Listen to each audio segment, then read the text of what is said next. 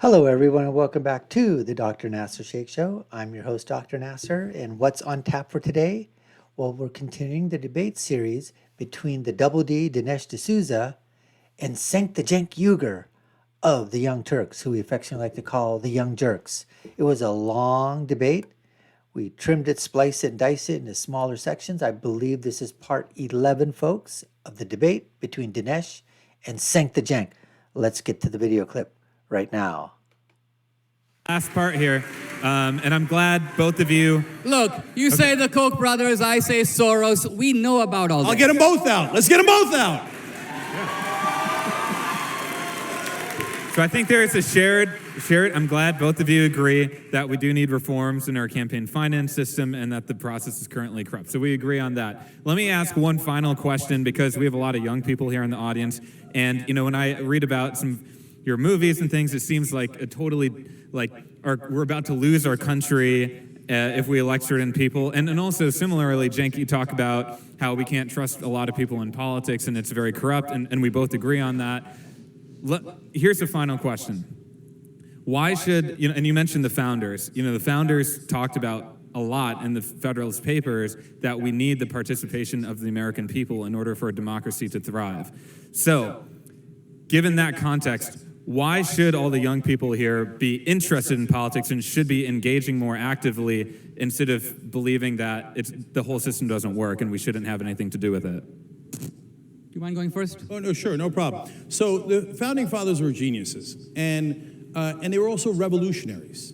So sometimes Dinesh talks about revolution. Obviously, he's got a very different idea than I do about it, and that's okay. That's what we want to get back to. We want to get back to a real debate in the country, right? Not corrupted by all the money. So Dinesh and I can have all the debates in the world, but then the Koch brothers can come in and put in $900 million, or Soros, or Bloomberg, and they can just simply buy. They might not be able to buy the presidency because there's so much free media, but they could buy a Montana Senate seat without blinking. So let's get back to real debates. And so how do you engage young people and give them hope? Well, that's why I brought up the founding fathers. Since they were revolutionaries, they built revolution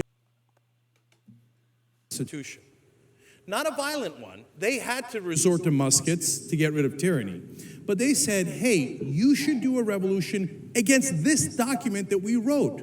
You should all amend it from time to time, because there's no way we could have gotten it all right. I'll even give you two different ways to amend it. You could amend it through Congress, or you could amend it through the states. Now, Wolfpack thinks that Congress is fundamentally corrupt, so we're going to amend it. Conservatives should love this, and by the way, a lot of them do. Some of the most conservative people in the country, Wolfpack is nonpartisan, do love this. And they go, yes, let's go to the states, and young people, this is not pie in the sky, this is not horse race, this is real systemic change. And the beauty of it is we can all do it together, and we can even get liberals and conservatives to do it together. Let's do that revolution. That's exactly what the founding fathers wanted us to do.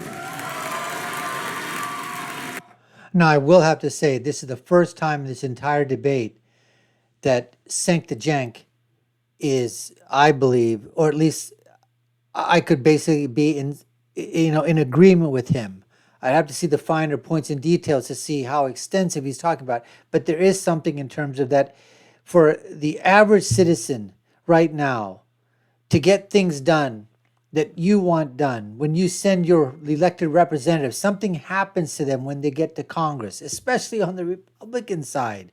They just get engulfed by the cesspool, by the toilet bowl, the swamp. They just get swallowed in by the swamp creature and the swamp creatures. And then, because the thing is, next thing you know is, guess what? You got to be reelected. You got to vote the way that, the entire party wants you to vote. And then the speaker, and they're telling you, hey, if you don't vote this way, you know what? I know what they wanted back in your district, back in that, 3,000 population, in flyover country, but that's not going to fly in our country in Washington, D.C. over here. So if you don't vote the way that we're not going to put you on any committees. And when you come up for re-election, we're going to primary you. And so it starts right there. So I agree with Cenk that if there's a way somehow that we need to get things back to the power of the people, it is to the use of this, the state convention. Now, but you need to galvanize a huge amount of the population. So you got to start somewhere, And at least, he's talking about he's trying to do something with that. I'll have to check in it a little bit more in terms of what this Wolfpack thing is about. But anyways, let's continue.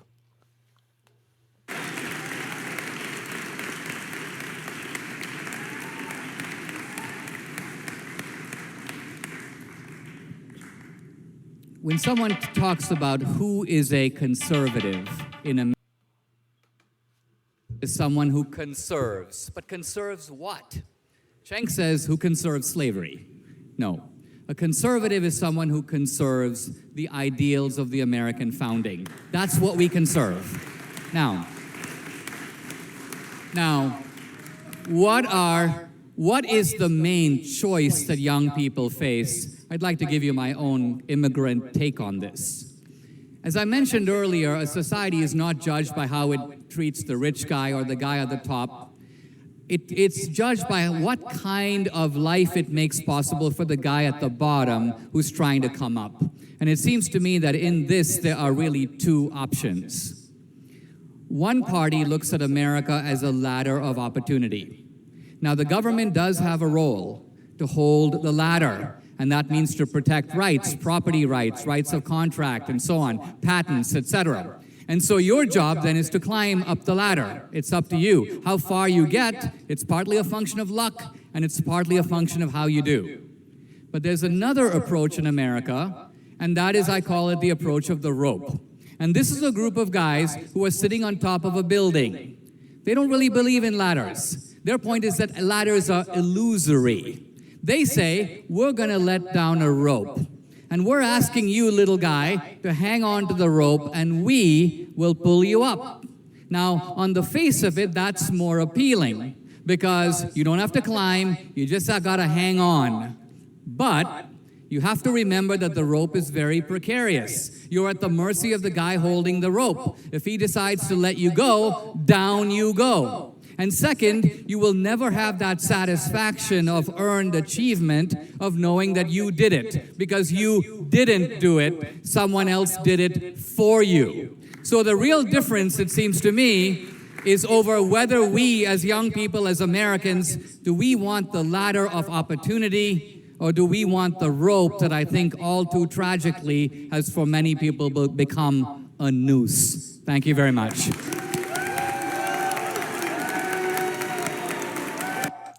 Wow. Very, very powerful to end it. Very, very powerful. And I've heard this thing before from Dinesh, and others too.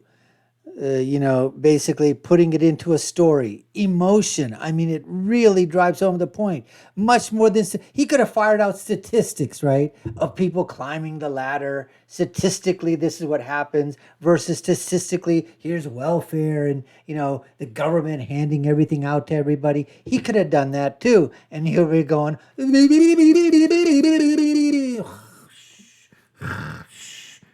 Put you to sleep. But I guarantee you, there were people in that audience, every single person there was in tune to what Dinesh D'Souza was saying about the ladders of opportunity and the pitfalls of the noose and the rope.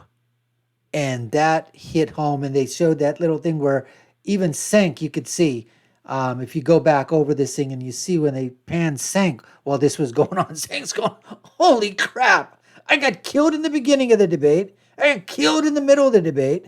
And now he's ending the debate with me with this statement in terms of what the opportunity is out there. And remember, we talked about, folks, it is the Republicans or conservatives.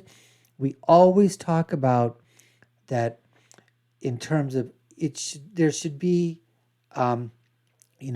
equality of opportunity. Not equality in terms of outcome, because you can't have equal outcomes. It's just not going to work unless somebody is there playing the game, right? Messing around with the game, putting hurdles in person, taking hurdles away, putting in obstacles, taking obstacles away. There's no way you're going to have equality of outcome. You want equality of opportunity, and that's what it's all about. That, folks, is really what it's all about.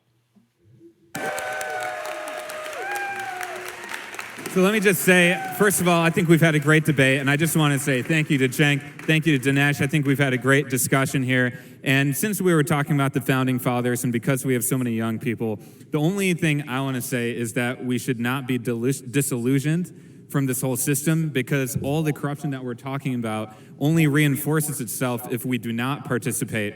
And for all of us who see the Founding Fathers as marble statues, here's one last fact I want to leave you with, and that is the majority of the Founding Fathers in 1776 were under the age of 40. Thomas Jefferson was 33 years old when he wrote the Declaration of Independence. James Madison didn't write the Constitution when he was 70 years old. He wrote it when he was 36. He was elected to the Continental Congress when he was 29. So the spirit of our country has been renewal, especially from young people, and that's why we need to involve. Thank you very much. Thank you. You're next, and thank you. Great ending by the moderator. And the nice thing I liked about the moderator in this debate, he literally stayed out of it. He was like the referee. He didn't even know he was there. He basically tried to bring it back a couple of times, point out the questions, saying, you know what, I think we've dealt enough on this topic over here, tried to clarify some positions, gave everybody, I think, an equal opportunity, and then ended it brilliantly by bringing it back to the Founding Fathers and what this nation, what America is all about. And we may have our disagreements. And, look, in terms of this thing with the reaction videos and everything, Cenk the Jank, and the Young Jerks. Look, they do the same thing. We all do that, right? You got to have something when you're talking about, but the fact of the matter is, hey, we agree to disagree, period.